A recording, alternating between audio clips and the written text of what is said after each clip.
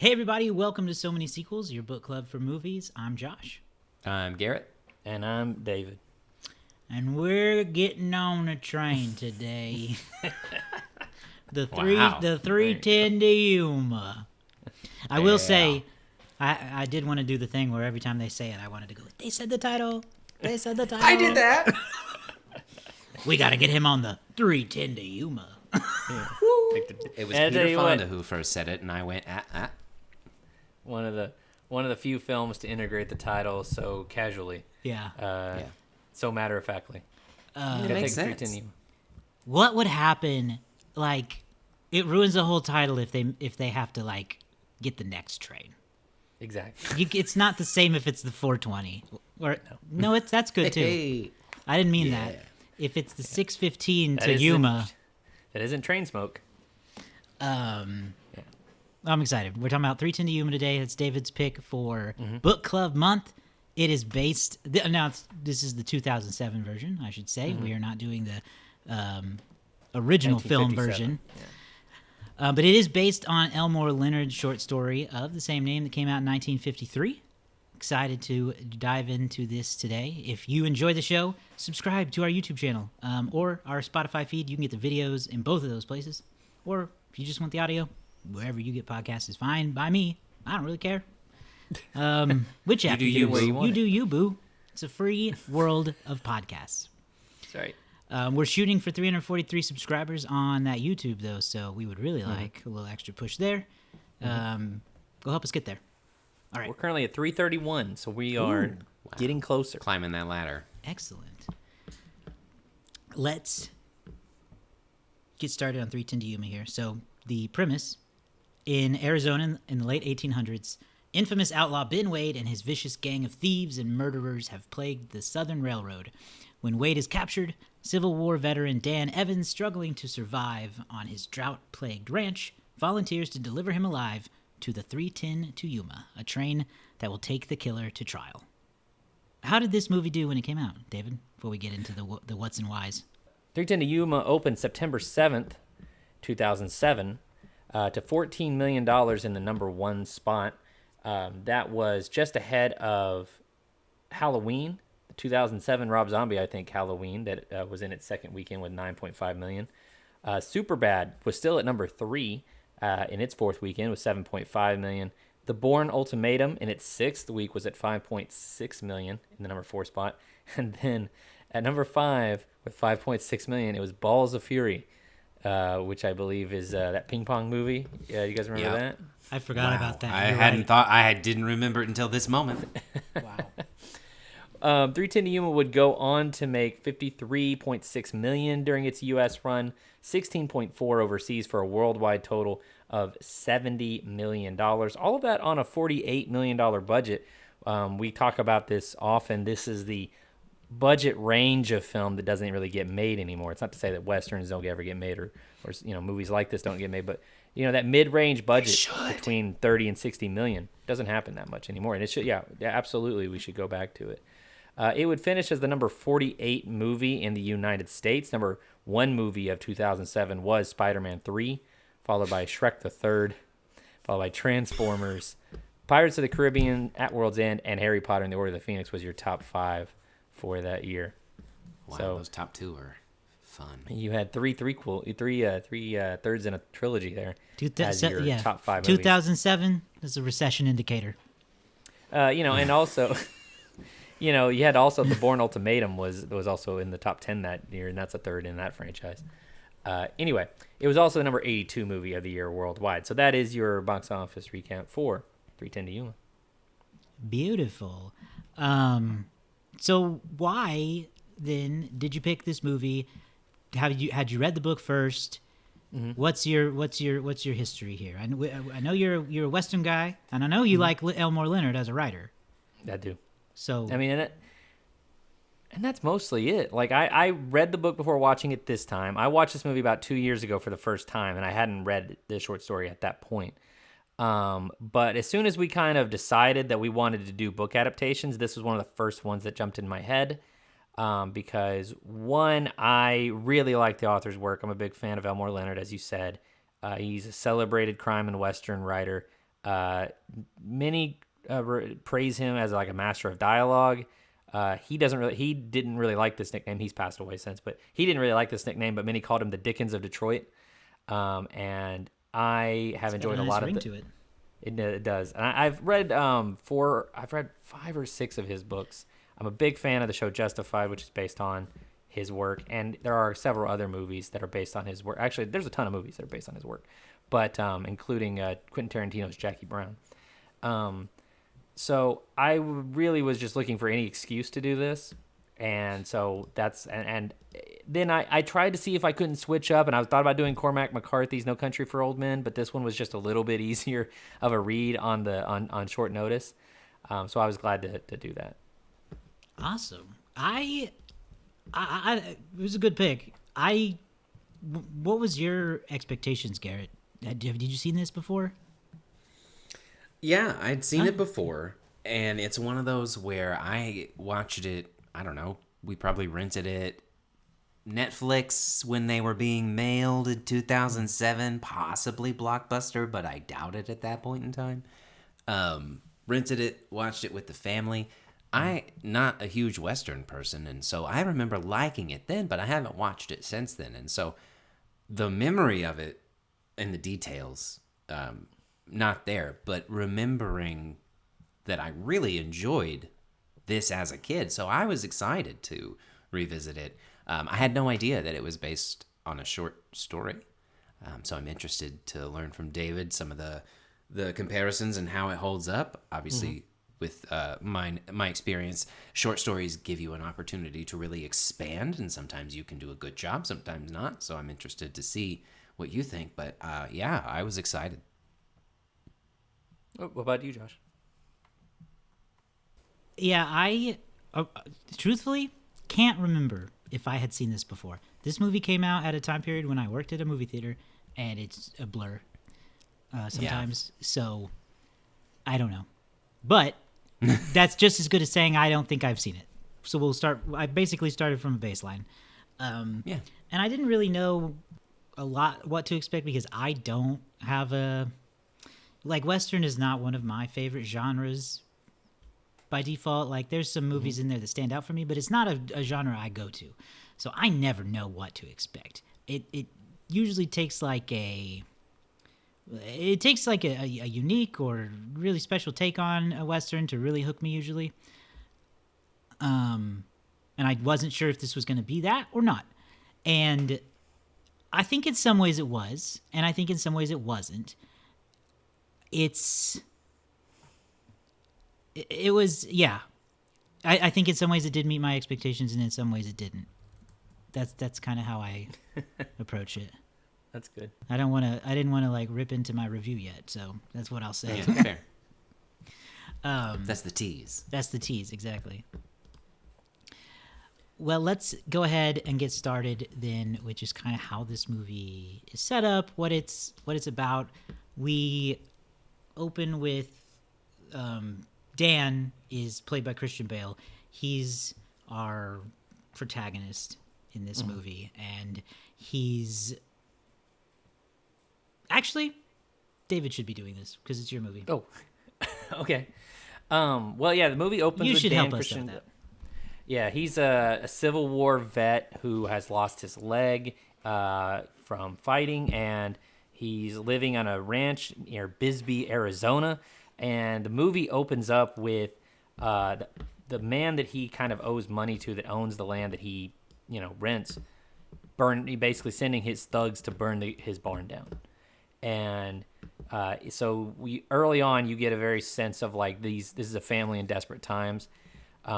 As Dan and his son rush to save their horses and what feed there is.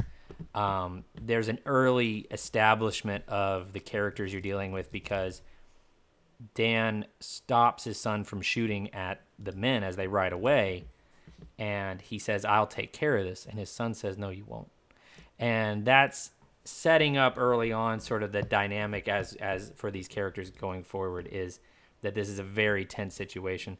So yeah, early on you're introduced Christian Bale, and then sort of shortly after that we're introduced to our primary villain, Ben Wade, played by Russell Crowe, who is a very, I would say, kind of a complex character with a lot of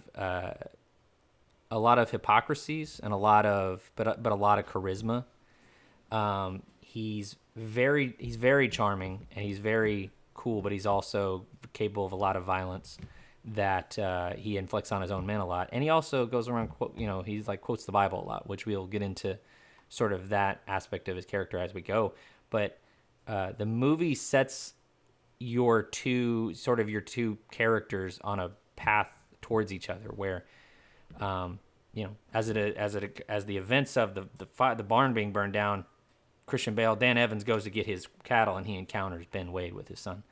So what did you guys? What were your guys' kind of initial takeaways, like as the movie gets going and these characters as we're introduced to them? I think for me, I'm kind of hooked early on by the father-son thing going on, because hearing a son defy his dad like that, or I don't know about defiance, but saying like no you won't is tough. This sets up early the dynamic they have, where he, like, William, is that his son's name? Yes. William really just sees Christian Bale's character as like kind of a weak guy, and he ends up looking up to Russell Crowe a little more. And I enjoyed seeing that kind of at play, because you see Dan dealing with that in real time, trying to be the tough guy and a dad. Yeah, they both start off, it's a bit of a slow start. It doesn't start in a way that you would expect a typical kind of a Western if you're walking in with that kind of mindset.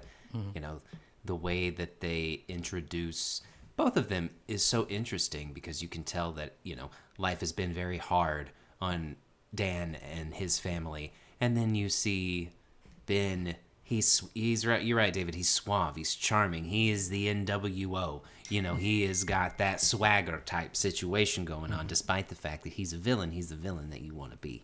And he is, like, this is the coolest I've ever seen Russell Crowe. And, I like a lot of his movies. He's pretty cool in a lot of his movies. And he set it up great. And their dynamic, like the way that they just are on screen, is what got me hooked in that front, is to see how they're going to be intertwined is going to be very interesting. And the way that they tease that along the way is a lot of fun. I want to start sort of a sort of thread that we can touch back to every time we kind of need to. But the thing about the Western genre is that the kind of way the West has always been displayed in cinema, that time period never technically really existed. Like yes, there was a time when white settlers hitched west, and there was a time where there was battles with Native Americans, and there was train robberies and stuff like that. But it wasn't like this prolonged period of, like, from 1810 to 1910 there was 100 years of just Wild West outlaws. It was a very quick time period. And so the West in cinema has, like, this is not a movie that's, like, if you're looking for historical accuracy, you're going to find a ton of it. It's a movie the West is sort of like, it's like Greek mythology in a way. It is a time and a place where you can really tell these stories of humanity, and it's like you can remove yourself from sort of the modern contexts, because you see early on that Christian Bale's character, Dan Evans, is like an honest man who's trying to do his best and struggling every day. And Ben Wade is a dishonest man who lives his life so carelessly that he has the time before he robs an armored car, essentially, to just sit and sketch. Like, he has no problems. Nothing's wrong with him. He is not concerned with anything. And he knows at the end of the day he's going to have another $100,000 in his pocket. Meanwhile, Dan doesn't know if he can feed his family for the next few days. So you see this dichotomy of, like, what it means to, like, try to make your life in an honest way in this very tough environment, and how you might live your life in a dishonest way in this tough environment and get along just fine. And there's analogs to that today, of dishonest people seem to get away with, get what they want. They seem to enjoy the fruits of everybody else's labor. And so it's very, I think you can take out of it what you want to take out of it, but I think that it was kind of freeing to watch this story play out with that, and kind of thinking about those contexts of our modern day, without sort of being weighed down, without it feeling preachy. So basically, as the plot gets going, what Dan is going to do, or what he agrees to do, is transfer or escort Wade to the train, the 310 to Yuma, because it's going to take him off to trial, where he is going to face justice or whatever for his crimes. And as that begins, we have all kinds of new things happening with Dan and his son. He's still trying to get his respect. Wade is like constantly challenging him and presenting all kinds of problems, not just for him and his son, but like he's just trying to trick him all the time and manipulate him. I want to know, Garrett, what you think about Russell Crowe as that type of villain in this movie. The worst kind of villain is a smart one, in my opinion. And he's a smart villain. He is a study of people. And so he knows how to ask questions, and then he knows how to devil's advocate everything that you say. He doesn't have to believe it. He just is doing something to bug you or just slightly bother you. And that, throughout the whole movie, just gets under your skin, and it makes you make a mistake. And you see that so often. He is able to just make people make mistakes and take advantage of it. You look at the first guy that he gets along the way, they're gonna hang me in the morning, that guy, who I love. But man, that stabbing in the neck, he took advantage of being able to cause chaos at the dinner, to be able to keep that knife without anybody seeing, knowing that he was going to be able to use it again. That guy was trying to keep him up and torture him, fell asleep. Boom, boom, boom. Man, you messed with me. And that both shows that he is smart and vicious whenever the situation needs to be. And that is, again, so terrifying whenever you're in this, like, one-on-one kind of a situation, because it has shown that he's smarter than you and he doesn't care about you. So he will kill you in a second if he needs to. So I think he did a great job of setting this whole thing up, and this whole midsection where they're kind of on that journey, really just picking at every single person. It's a poker player thing. He can figure people. He prods them. He figures out what their motivations are, what their weaknesses are, and then he can, play with that. It's everything is kind of like a game of poker in that regard. And his brutality is something that comes up really suddenly. It's not like he's a bad guy who's above getting his hands dirty, letting his posse do all the work. He'll kill someone if he has to.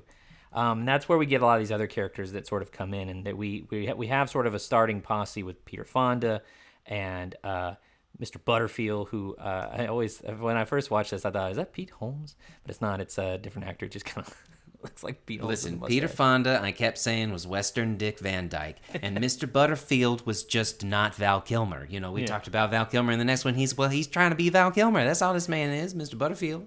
And then William comes along for the ride. One of my favorite little incidents along the way, one of my favorite lines, and this kind of also goes back to sort of the complexity of the characters, is you have this established. So, Ben Wade and Dan Evans, they develop a relationship over the course of these events.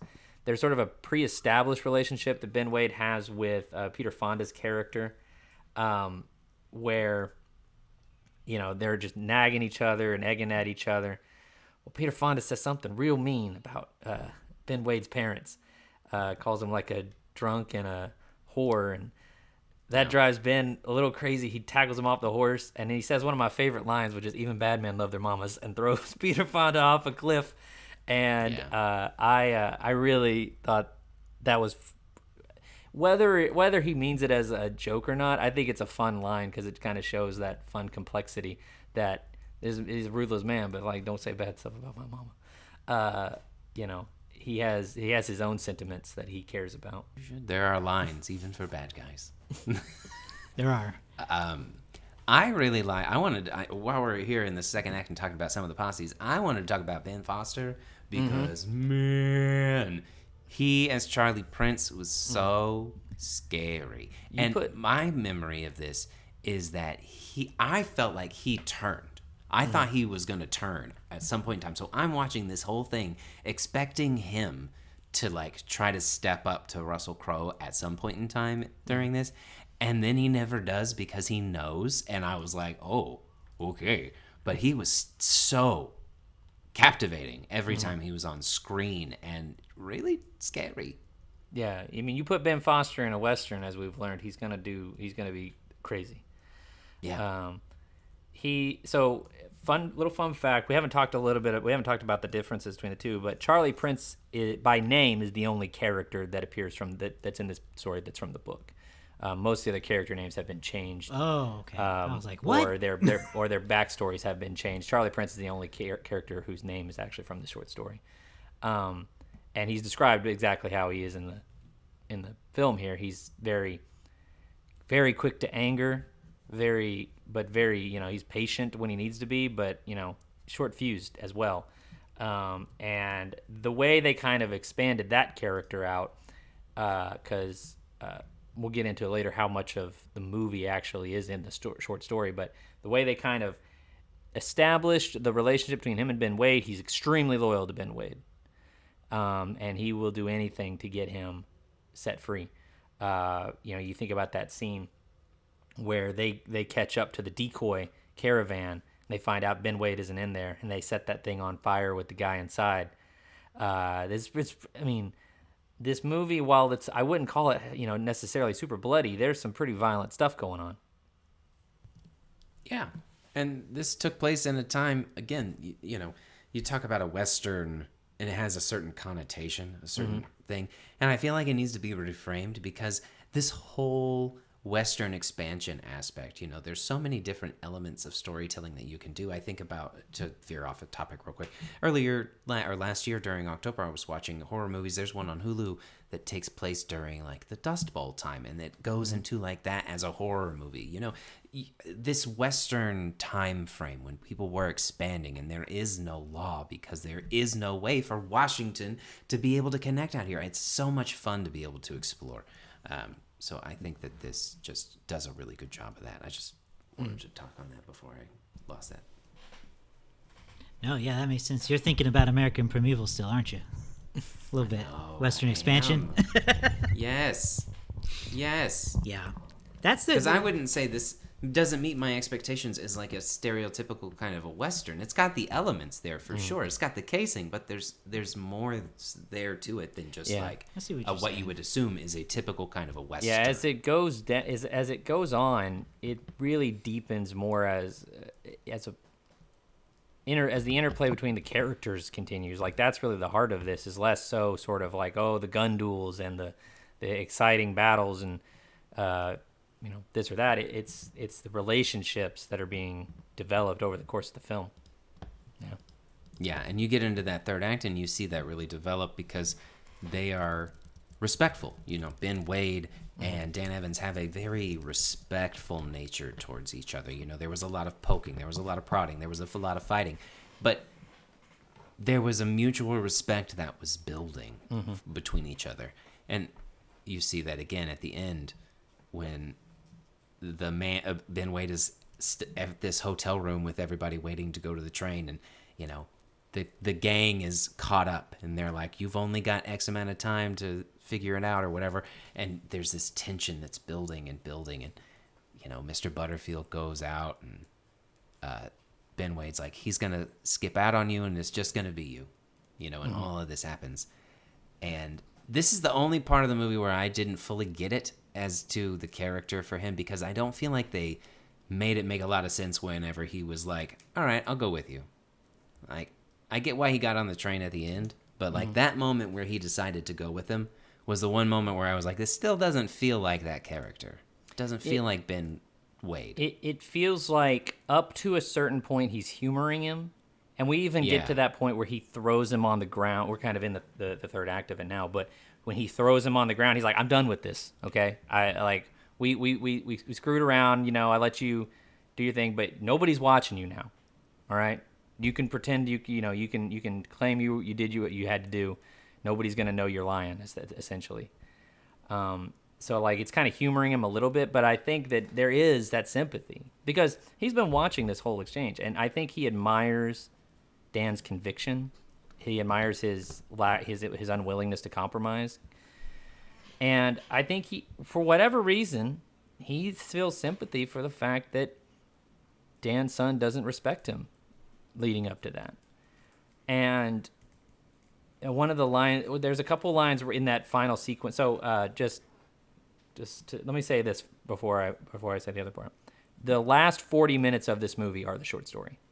Everything before they get into that hotel room is essentially new. Like it's what they made. That's all the backstory they made up to build up to what happens in this short story. And and the names are different in the book. He's not Ben Wade. He's a James Kidd. The character of Dan Evans isn't a rancher. He's a U.S. Marshal named Scalen. I can't remember his first name now. But other than that, a lot of the dialogue and a lot of the beats are the same, except for the very end. And we can talk about the ending here in a second. But when they're in that hotel room and they're sort of having these final moments of watching as the railroad guy, he basically says, like, this is over. Like, we had our backup. They ran outside and got shot. I'll give you your $200 that I promised you. And you know what? Like, you got him this far. Here's your $200. You can walk away. And I really appreciated some of those lines that they say in there where Dan says that, you know, he's been thinking on this whole trip that $198 is what the Army gave him after his leg got shot off. And it occurs to him that they didn't give him that $198 so that he could walk away. They gave him that $198 so that they could walk away.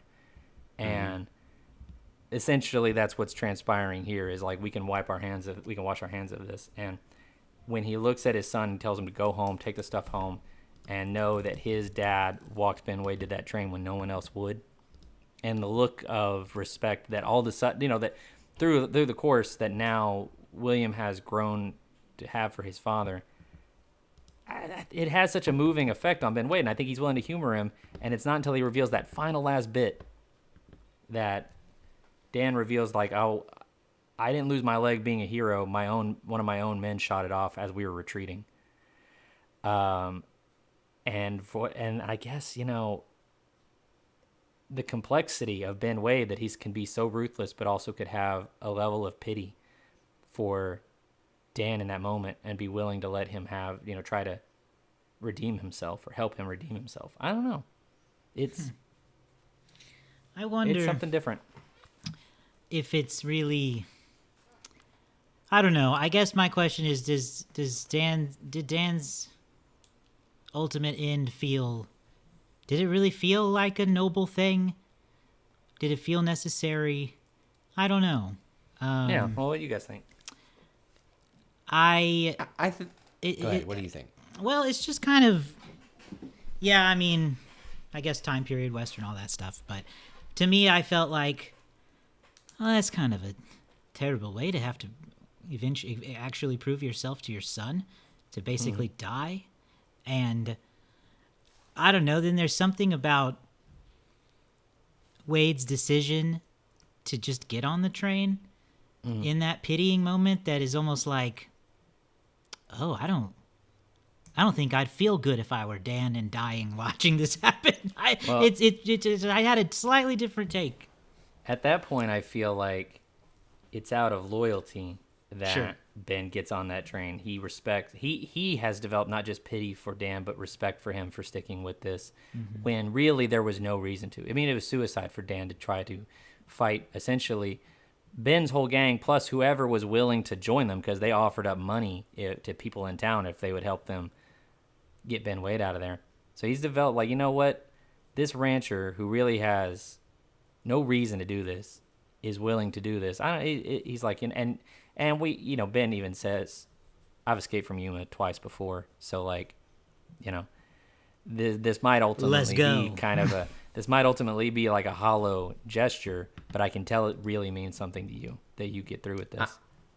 I have a slightly also different take on the ending here, because this is the moment where it did make sense to me for Ben to get on the train after Dan died. Because at that moment, it wasn't just about the $200 at that point in time. He had also made a deal with the railroad for another $1,000 to go to his family or however much, right?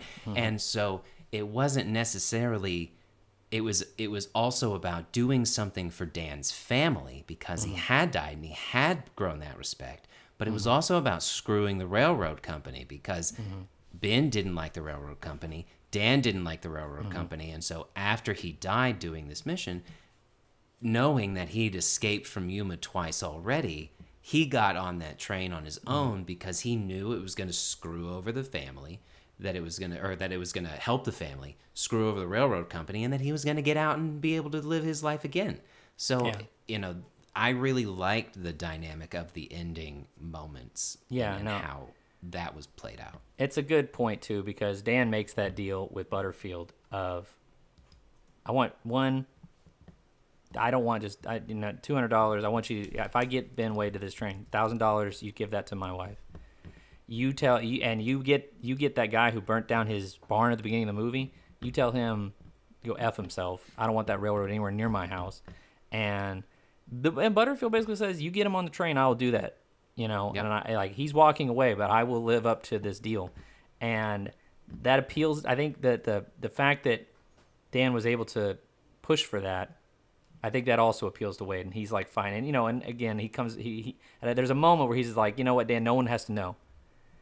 But they'll both know, I guess, is how it kind of comes out. Yeah. I think that there's an interesting aspect of this that I've always felt that, like with James Mangold, who directed this film, and he's directed a lot of other films, he has a way of handling these sort of, this is a really tricky subject, but the topic of like masculinity, and we talk about it a lot these days. And I feel like with the films that Mangold has done in the past, whether it's Logan or 3:10 to Yuma or Ford versus Ferrari, he handles masculinity in a way that doesn't feel toxic, even if there's some aspects of it that's like these guys pushing themselves past where they need to go, or them feeling like they have to prove something to themselves or to others that kind of could be seen as a negative, but also there is a sort of heroicness in it that they managed to find. It walks a really interesting line of this idea of trying to, your honor, your legacy, proving yourself to your son, to yourself, It's very interesting. I don't know. It sticks with me. Does the book end the same way? How does it? Okay. It does not. So in the book, first, there's no massive town-wide gunfight. When the marshal leads, essentially Ben Wade leads him out, everybody's gone. It's cleared out, and they make it through town, kind of eerily watching as they go through town, and they get to the train station, and that's where the gunfight happens. The gang pops out. A lot of the stuff from before happened where they had the conversation at the windows and stuff, but they went and waited at the train station. The marshal manages to take out a few of them, and as the train is pulling out, he throws Ben Wade on the train, and he jumps on as well. And then they sort of have a passing conversation as the train pulls out, kind of showing at similar mutual respect. But they both live at the end in the book. So they make some changes, but if I had to give my critique of book to screen adaptation, I think they get the spirit of the short story really well, even if they change a lot of the details. All right, I'm into it. That sounds cool. This is a good discussion. Good movie. Good pick. Yeah. Well done, David. Sorry if I know that I talk a lot, so I'm sorry if I. Hey, I you were. overtalked it. It's your book, your pick. You were fine. You got the You were insight. fine. You're the Yes. expert. Can I ask, sort of as a parting thing, what did we think about performances? What did you guys think of Russell Sure. Crowe, Christian Bale in this? Maybe even Excellent. Logan Lerman. Yeah, it's hard Yeah. to critique these guys. They've been doing it. They know. I have thoughts on Russell Crowe in various movies, but Christian Bale is always good. Yes, that's true. Yeah, great actors with great words and great look. The only main critique that I had as far as Mangold was, if you're gonna give me a Western-ish style, I want more, and I want slower visuals. I want landscape shots. I want sweeping, beautiful landscape shots. The end. That's the only critique. And they did that at the end. You know, that shot at the end is beautiful. And there's some there, here and there. But, I mean, they're in western, cool-ass Arizona. I want to see it. Yeah. It's beautiful out there. Yeah, that makes sense to me. Yeah. I get that. That's a good critique. I think if I had any, it'd be. So I felt, I was like, I don't know. I think I'd tighten it up a little bit, and hearing that the main short story is essentially the last 40 minutes, and they do a lot of setup. I think, okay, maybe they could actually cut a little bit of that newer stuff out, just to tighten it up a little bit. It's just slightly over 2 hours, so I think there's some room there. But overall, I thought it was great. David, do you want to do your star review to let us know what you do the first numbers? You know, in the past, I gave this 4 stars. And I think I'm willing to stick with that. I think it's a really solid movie. I think that I obviously have no problem rewatching it. I think the performances are sort of up to task. I think the story and the dialogue really is what is the selling point here for me. And yeah, some of the otherwise, it's kind of the Western part of it, as Garrett, you said, is kind of maybe a little plain at times. But like, it's very simple. The characters are very engaging. It has a lot of great lines. But yeah, so I'm fine with 4 stars. I think I thought about bumping it up to 4.5 after the conversation, but I think 4 is fine. All right. What do you think, Eric? Definitely not a 3.1 or a 3.10. I guess a 4 is a 3.10. I'm gonna laugh so hard if it's 3.1 on Letterboxd later. Man, that would be funny. I don't think so. You know, I also will agree with David on a 4-star for me. I think that this does a really good job of giving me Western action and kind of gunfight slinging. But the thing that I really enjoyed was the psychological element that Russell Crowe and the villain brought, and that dynamic. And I thought that was really interesting. And so in those moments, you know, it didn't lull because he was playing a game. And it felt like that. And I really appreciated the way that Mangold made everything flow and everything feel. Great actors doing great things. Great looking shots. Great looking vibe. 4 stars. Wow. All right. You know what? I'm just gonna rip off the Band-Aid and give you my 3.5. I know, I'm sorry, but it's just the Western genre for me is like it can be a slug. I don't know what. Slog is the word I was looking for. Thank you. They can be a slog for me sometimes, and that's not really a critique on the movie, just my experience watching it. So I'm gonna give it 3.5 stars. So. Respect. You guys win in the end with the average. But let's take a look now at some of the most popular Letterboxd reviews of 3:10 to Yuma. See what the people on there think of it. You guys can follow all 3 of us on there, and So Many Sequels podcast account to keep up with what we've been watching. We've got 3.5 stars. I'm a sucker for westerns and masculinity in crisis stories, so this remake hits my sweet spot. 4 stars. There was a moment where Crowe and Bale almost wanted to taste each other's mouth. I can't tell you where exactly in the movie. You just gotta believe me. 5 stars. Is it wrong of me to love this so much? Me being a girl and all? Well, fuck it. I don't give a damn. Me being a girl and all. 5 stars. Screaming, crying, yee-hawing. And then, finally, 5 stars. If Ben Wade kills me, do not prosecute him. He caught me slipping. That is on me. Yo, hey. Can I say, by the way, so before we get into the guests, I want to mention, because I often mention my wife. She watched this with me, and I was trepidatious that she's also not like a Western person. I was like, I'm sorry if this bores you. Please watch it with me. I'll watch the Nikki pick after. And I think she was a little uninterested in the early set, but she really got engaged, like I said, with the relationship when, spoiler alert if you haven't watched it, when Christian Bale got shot in the back, right after Ben Wade said, "You did it, Dan," she gasped and yelled "no" as loud as she could. And then when busted.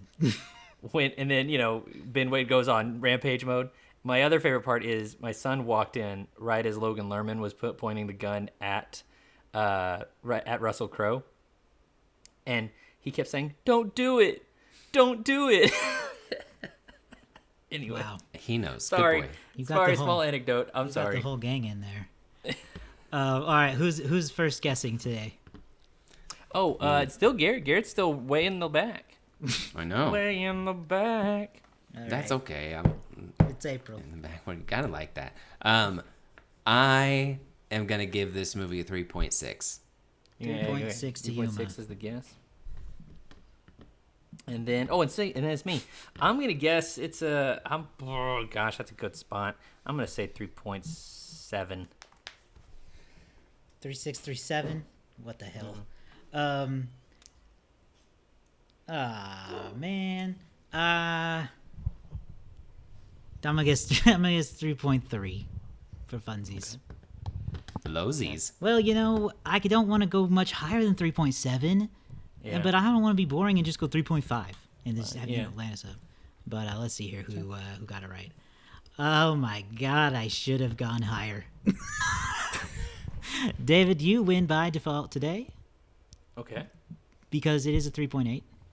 3.8. So you are closer, although none of us quite hit it.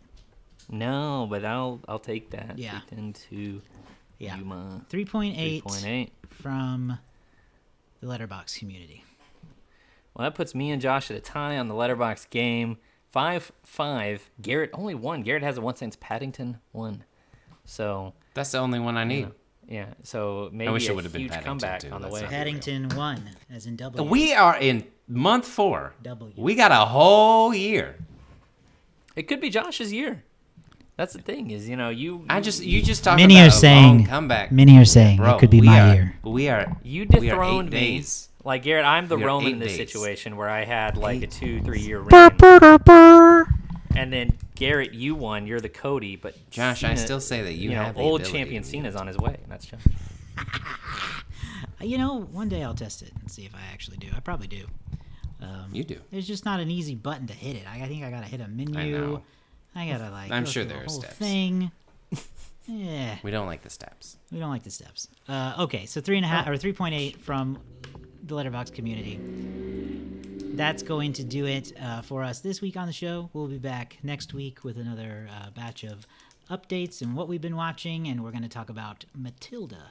So I think I've checked and it was streaming on Netflix right now, so you can stream it there. We're watching the 1996 version, not the 2022 musical version. Don't make that mistake. And you can Sorry read to the book if you people who want. watched the 1957 version of 310 to Yuma. I didn't even think about it. I wonder if it's available somewhere. Did you guys notice? I didn't notice. Neither. Well, all right. We will see you guys next time. Go check out SoManySequels.com. You can find all of our past episodes there, as well as some blogs we've been writing and links to our social media accounts. We'll see you soon. Bye.